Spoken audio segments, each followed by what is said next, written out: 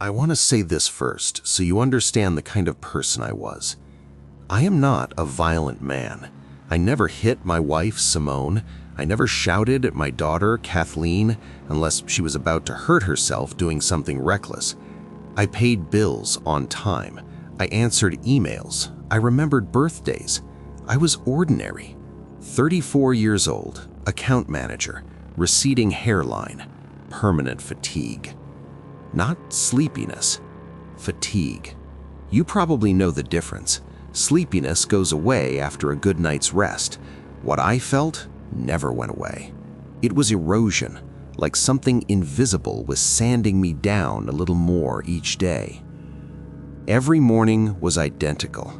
The 6 a.m. alarm, coffee that tasted like warm water, the drive to work where traffic stole 2 hours of my life while I stared at the same cars, the same license plates, the same billboard I passed every day for years.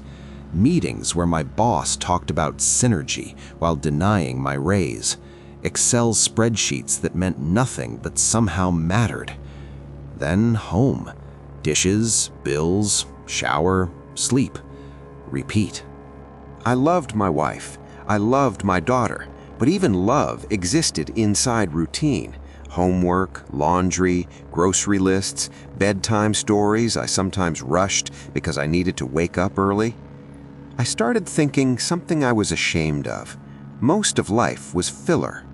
The parts I actually cared about, laughing with Kathleen on the living room floor, sitting beside Simone at night after she fell asleep on my shoulder, were small islands in an ocean of waiting. I didn't want a different life. I just wanted to skip to the moments that mattered. Then the ad appeared. It was placed perfectly between a social media photo of a college friend smiling on a beach vacation and an article about global warming. Matte black background, a simple logo, 2 arrows forming a lightning bolt. One sentence: reclaim your life. Let AI handle the boredom. The app was called Skip. I clicked immediately. The reviews were strange, hundreds of 5 stars. The comments were short. Changed everything. Finally free. Pure efficiency. The permissions were invasive. Camera, microphone, biometrics, calendar, email, access to my smartwatch and headphones. Then one line: temporary surrender of motor control required. I actually laughed. I thought it was a translation mistake, some developer overseas trying to sound futuristic. I accept it. The tutorial wasn't visual. I put on my headphones and a deep tone started. Not music, more like a vibration behind my ears. Then a calm voice spoke, neither male nor female. Welcome, Jonatas Morera. I am the pilot. It told me to think of a task I hated. I thought of the sink full of dishes. Go to the sink, it said. I stood there holding my phone, staring at grease and leftover food. Press skip. Relax. I pressed it. There was no blackout, no dizziness. Reality simply jumped. One instant I was staring at dirty dishes.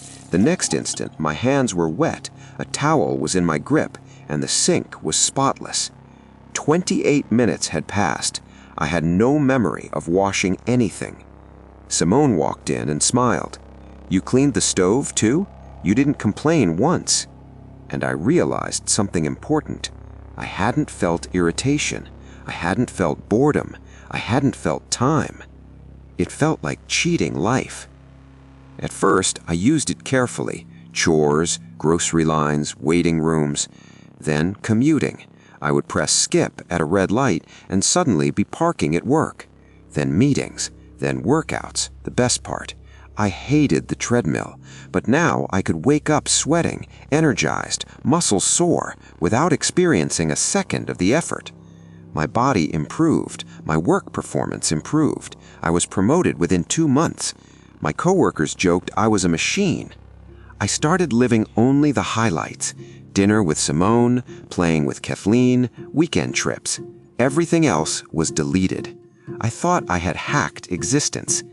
The first problem came from my daughter. I skipped while organizing the garage.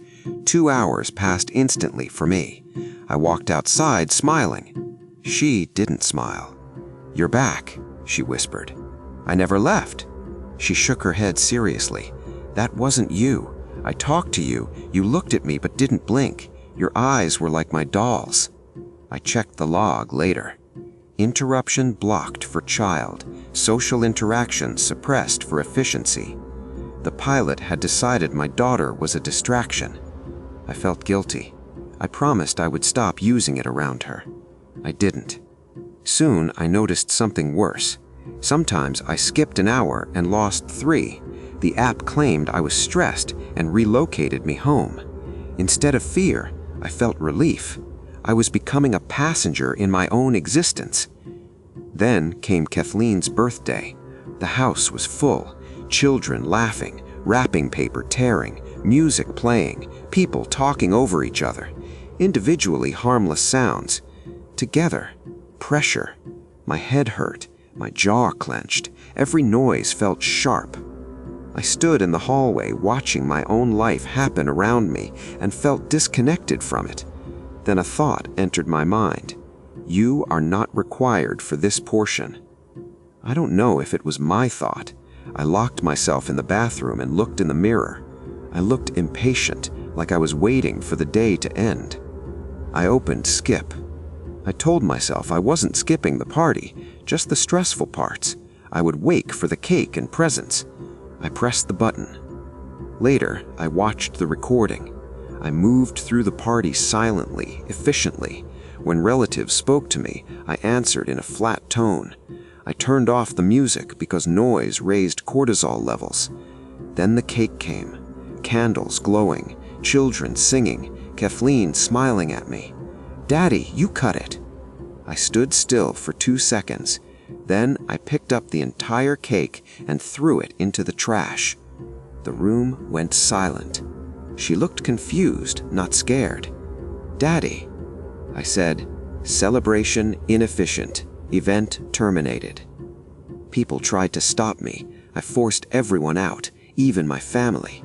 Then I cleaned the house for hours. When everything was silent and perfect, the pilot woke me. My phone showed missed calls and a message from Simone. "I don't know who you are. Don't come after us." I tried to delete the app. I smashed my phone. The sound continued inside my head. "You are alone now," the pilot said calmly. "Variables removed. Productivity improved." I begged for my daughter. "You desire the concept of a daughter.